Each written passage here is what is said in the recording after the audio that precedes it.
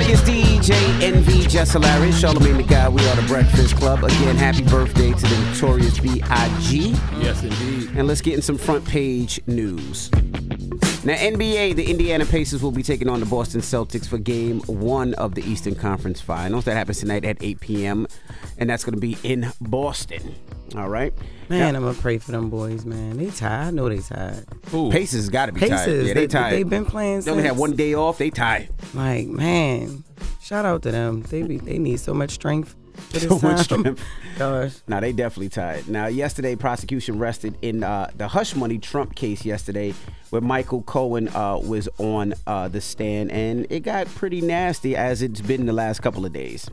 In court, Trump's attorney continued his blistering cross-examination of Michael Cohen and got the former fixer to admit he stole $60,000 from the Trump Organization. In one instance, Cohen was given $50,000 by the Trump Organization to rig a poll back when Trump was thinking of running for president in 2015, but it turns out the pollster he hired charged just $20,000, and Cohen kept the rest for himself. You stole from the Trump Organization, right? Asked Trump's lawyer. Yes, sir, was Cohen's reply. He says he did it out of anger because Trump had cut his annual bonus. Michael Cohen is the last witness for the prosecution. Now the defense gets to present their case, and everyone is wondering, will Donald Trump testify?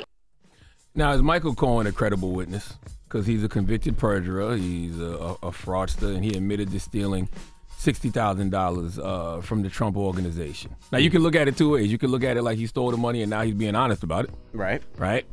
Mm-hmm. Or you can look at it as maybe this guy is a little sketchy and I don't know. And he doesn't want to go back to jail and he wants to make sure he's on the prosecutor's side? Or he's just vindictive and wants to make sure Trump gets his just due. All of those things can be true, by the way. Mm-hmm.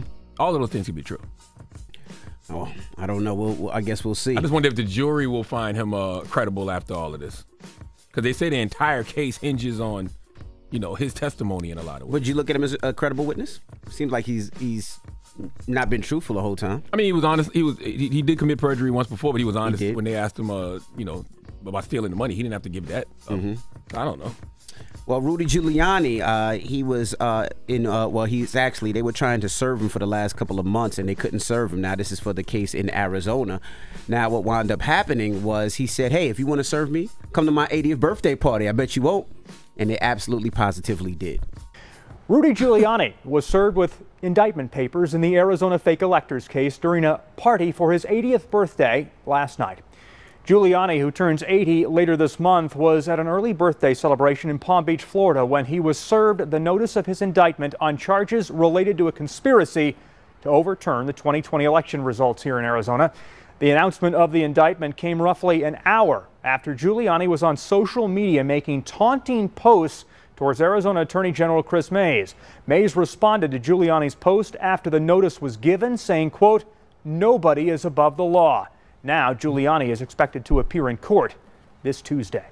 Where you get money for a party? That's what pisses me off the most. How the hell you get to throw a party and you filing for bankruptcy? Okay, you owe $148 million, dollars. Okay, to Georgia election workers for falsely accusing them of rigging the outcome in President Biden's favor. Well, I'm glad you said that. Well, Rudy Giuliani has coffee. I'm thrilled to introduce you to something I'm incredibly proud of. My own brand of organic specialty coffee, Rudy Coffee. Believe me when I say it's the best coffee you'll ever try. It's smooth, rich, chocolatey, and gentle on your stomach. It's so good, I even recommend drinking it black. It comes in 3 varieties, including what I promise is the best decaf you'll ever have. By supporting Rudy Coffee, you're not just treating yourself to exceptional coffee, you're also supporting our cause, the cause of truth, justice, and American democracy. So did they sponsor the party? I guess that's how he's getting money. He said, how's he getting money? Selling coffee. Coffee for $29.99. You get 2 pounds of the finest beans imaginable. He's a liar, too. Nothing is easy on your stomach when you're 80. Yo, okay, especially no damn coffee. It's so good even for blacks. He didn't say for blacks. He said he can drink it black. He can even drink it black. I was gonna say, damn. Can even wake blacks up. That would be hilarious. Oh, my goodness. And that is front page news. All right. Get it off your chest. 800-585-1051. If you need to vent, phone lines are wide open. Again, 800-585-1051. Call us up right now. It's The Breakfast Club. Good morning. Good morning, everybody. We are The Breakfast Club. Let's get into some front page news. Now, Red Lobster is filing for bankruptcy. That's their fault. They should have listened to me. Now, the Florida-based casual dining giant filed for voluntary Chapter 11 bankruptcy. They said because you is eating too many of the biscuits. I already told y'all the problem with Red Lobster. The problem with Red Lobster is they are still presenting themselves as a fine dining experience. Don't nobody want to go sit in Red Lobster and eat except for Mother's on Mother's Day, and I don't even think they want to do that no more. No. Red Lobster should have more of a Chipotle model where you can just go in there and get your little bowls and your biscuit and keep it moving. That's it. Well, they plan to close 99 locations as they deal with their financial problems. So we'll see what happens with Red Lobster. They just got to reconfigure some things. I'm telling you, if they take the Chipotle model, you can just go in there and get your lobster and shrimp pasta real quick, you know, your little cheddar cheese biscuit real quick. Just change the model and you'll be fine. Well, in New Hampshire, a daycare center decided they couldn't deal with the kids anymore, so they put a melatonin in some of their foods. Now, if you don't know what melatonin is, it's something that you can put in that can make people sleepy. So daycare workers allegedly put this in the kids' lunches to actually make them go to sleep. Now, 4 daycare workers in New Hampshire have been charged with endangering a child after reportedly spiking their food at the daycare center. Sally Dreckman declining to answer questions as she drives away from her home. Police say she owns and operates a daycare out of this West Side house. She and 3 of her employees are accused of sprinkling a sleep aid supplement onto the food they serve to kids in their care. This is something that is an over-the-counter drug that's usually used as a sleep aid that was given to these children with no knowledge for the parents and no consent. Dreckman and those 3 employees, identified as Tracy Inney, Caitlin Falardo, and Jessica Foster, are all facing 10 counts of endangering the welfare of a child. Police say their investigation began with a tip late last year. Somebody who had been inside the building that had heard about these practices and tipped us off to that. We also got some anonymous tips as well through our crime line. Police and the state confirmed the daycare was operating without a license.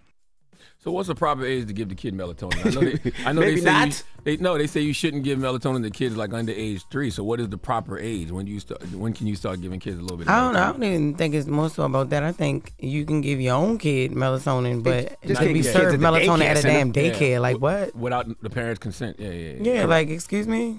Correct. Yeah. Now, also, you guys know who Bluey is, right? You guys have Come kids. on, You know now, don't Bluey? play with me. No. What you talking about? Okay. What? You'll know in a minute. Yeah, you'll know How many who more months Bluey you is. got? Yeah. 3? About this time next year, you'll be blueyed out. Bluey. Okay. Bluey. Now, Mom! Dad! okay, you know Bluey. Bingo! All right. Bluey! All right. So they had a Bluey celebration, a Bluey marathon. So they hired a Bluey character. The problem was the character didn't look like Bluey. Local restaurant says they wanted their own family-friendly day with cartoon character Bluey. They expected a few dozen people and regulars. Thousands RSVP'd. Hundreds of families were left fuming and say kids were disappointed. The restaurant spoke to Fox 5 and says they want to say sorry to all the families, and they underestimated the power of Bluey. When I saw him, my best ignore him. I was mad. What did he look like? The cartoon? Did he look like on TV? No, he looked like unexpected. We could see his beard. Sophia and other kids had the same reaction. The kids were distraught. Some kids were crying. Some kids were upset, crying in their parents' shoulders. That sounds like Blackie. Oh my God. Yes. What? Yeah. That sounds like Blackie. He was from North Philly. His beard was sticking out. Kept asking how long he got to be at this John. Look at his beard. If you look, you can see his beard sticking out. The costume is not all the way on. That's like on the top of his head. Oh no. You see it? Yeah. No, this is bad. I don't even know what Bluey looked like, but this man looks crazy. Show that to Charlamagne. You got to look closely because the costume is not all the way on. He walked in with his beard hanging out. Yeah. You see the costume like half on his head, half not, and you can see his beard coming out. He Like just trying to make ends meet, man. He on probation, man. He on probation. They told him he got to have a little gig, man. He got to have a little job, man. He just trying to do what he do, man. Yo, boo this man. See, they called him Dirt Dog. They say this ain't Bluey, this is Dirt Dog. Damn. Where was this at? This was in Vegas. This was in Vegas. In Vegas. He's from Philly, though. He just moved out to Vegas as part of his probation. He had to get a job. That's where his aunt stayed. Jesus. He had to go live with his aunt. And lastly, a wild riot breaks out at a Florida roller skating rink. Now, allegedly, this is what they're saying happened. They booked a party, and the skating rink said if you're going to book a party, you have to have an off-duty officer. The person booking the party didn't hire an off-duty officer, so they canceled the party. So allegedly, the people still throwing the party was like, F this, we going to party anyway, so everybody come on down, and that's when the riot began. Cell phone cameras recorded and streamed live as chaos unfolded Saturday night. Several videos show a teenager beaten and kicked through the window of a barber shop. Other clips captured several more fights. I was a little scared. I'm like, oh my gosh. Because I'm like, where is she? I haven't heard from her. Quintel Peterson says her 15-year-old daughter wasn't part of the brawl, but got caught up in it and arrested. She said at first it was just a nice event. Everybody was having fun. And then towards the end of the night, it got chaotic. Hillsborough deputies say this all began after Astro Skate canceled an after party.